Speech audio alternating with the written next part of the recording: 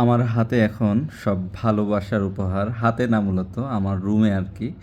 তো এবার আমাদের গ্রামে আম গাছগুলোতে কোনো আমই ধরেনি বলতে গেলে, কিন্তু গ্রামের গাছে আম ধরে নাই তো কী হয়েছে, ঢাকার গাছের আম এখন আমার হাতে।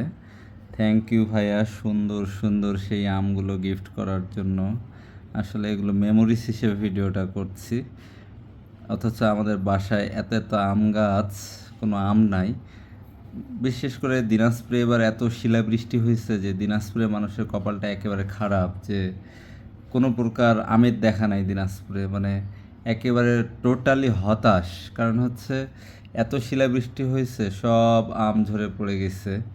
তো ঢাকায় এই উপহার দিয়েছেন বিশেষ একজন মানুষ, ধন্যবাদ ভাইয়া।